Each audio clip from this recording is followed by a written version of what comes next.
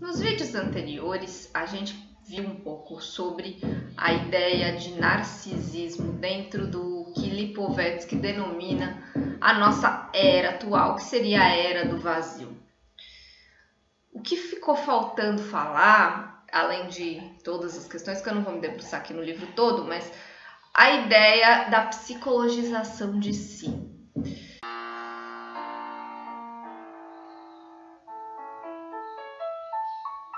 Para Lipovetsky, a gente está num momento de muita sensibilidade psicológica, centrando nossa realização emocional de nós mesmos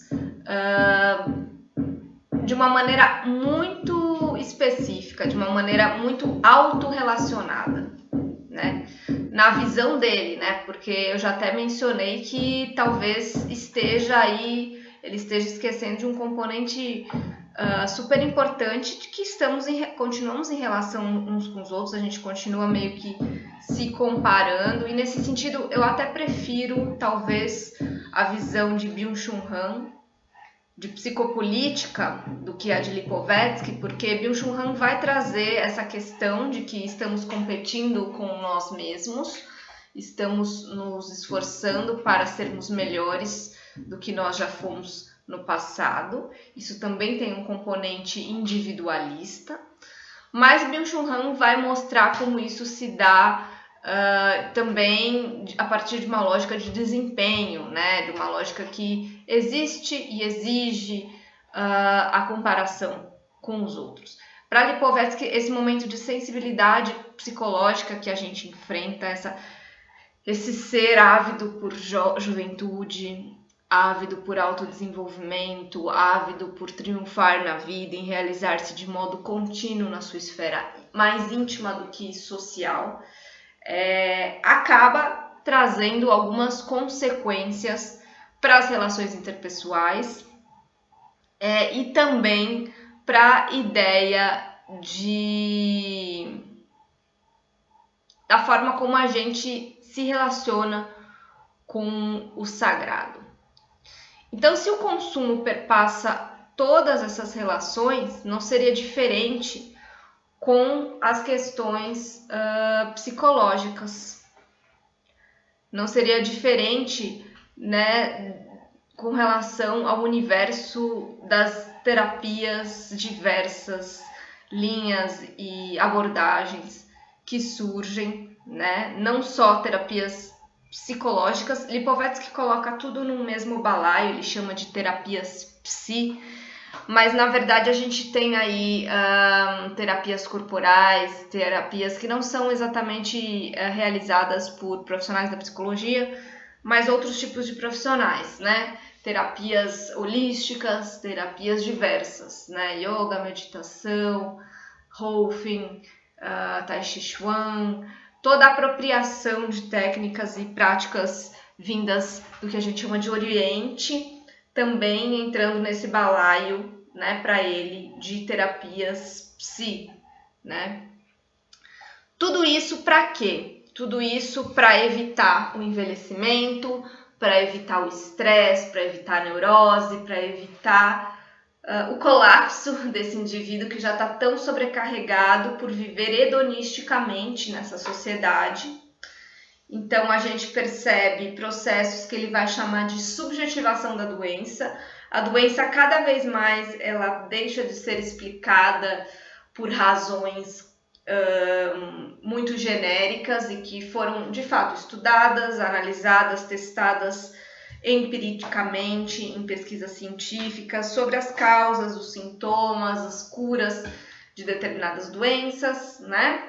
E tudo passa a ser meio que lido a partir de uma lógica mais do individual, né? Então se eu tenho gastrite, a gente conhece que os sintomas da gastrite são esses, aqueles, mas no meu caso a gastrite é mais emocional, então aí entra toda uma questão individualizante na explicação dessa doença no meu caso. Ou mesmo surgem cada vez mais doenças autoimunes que vão, de fato, descambar para essa questão não só de autorresponsabilização do paciente, mas também vão trazer essa reflexão sobre o seu próprio estilo de vida, aquilo que ele anda consumindo, aquilo que ele anda pensando. Então, o corpo, ele torna-se, para além da ideia de um corpo em si, ele se torna de fato totalmente relacionado, individualizado, personalizado, e existe o que ele vai chamar de uma exploração mental do corpo, né? O doente, ele já não deve continuar a sofrer e ter essa visão mais passiva de que tem uma doença, mas ele é ativo, ele é responsável, todos nós somos responsáveis pelo nosso desempenho, o desempenho do nosso corpo, da nossa saúde, da nossa vida, pela nossa saudabilidade, pelos critérios de como viver bem. Tudo isso depende de nós. Nós somos responsáveis pela nossa imunidade.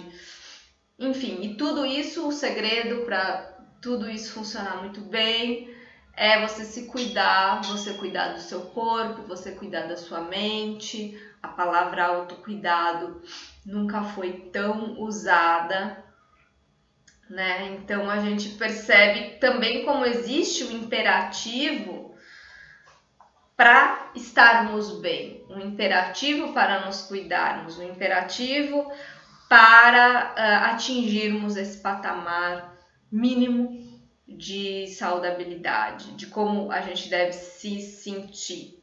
Então, isso que ele vai chamar de cultura psi estimula o indivíduo a, por um lado, ser mais quem ele é, enfim, olhar para si e tentar relacionar a sua forma de vida com os sintomas que ele tem, analisando, né, fazendo essa correlação, se libertando também dos papéis que não cabem, uma vez que o que está em jogo é o seu prazer, o seu bem-estar, então para que eu vou ficar alimentando algo que não está me fazendo bem, né? Isso é algo até positivo, né, de aceitar um fardo, aceitar uma herança, aceitar uma imposição da tradição.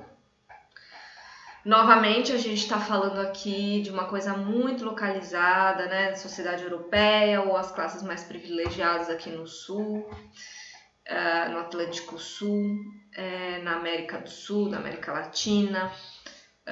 Não é todo mundo que tem, não é assim, não é com essa chave que a gente pode analisar todo mundo, né, mas a gente pode analisar esse discurso como um discurso dominante atual e criticá-lo, né? E essa cultura pós-moderna, então, ela é vista como uma cultura do feeling, do sentir, da emancipação individual, do que você sente e de uma criação de uma outra forma de existência. E aí a gente tem, obviamente, uma série de terapias, uma série de táticas, estratégias que são vendidas para que isso aconteça da melhor maneira possível, né?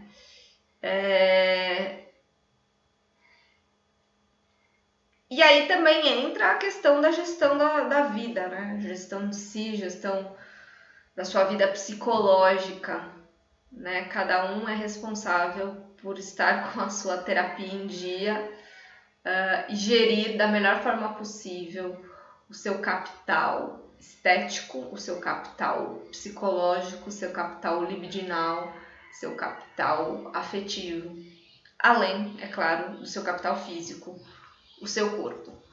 Então, estamos de fato numa era em que Lipovetsky não vai enxergar nada disso como... Ele vai enxergar isso como um vazio, um esvaziamento. Ele não vai enxergar isso de uma maneira muito positiva, justamente porque ele não enxerga que efeitos que esse autocuidado, essa terapia, esse olhar para si pode ter num nível coletivo, uma vez que estamos todos meio que encaixotados em nós mesmos.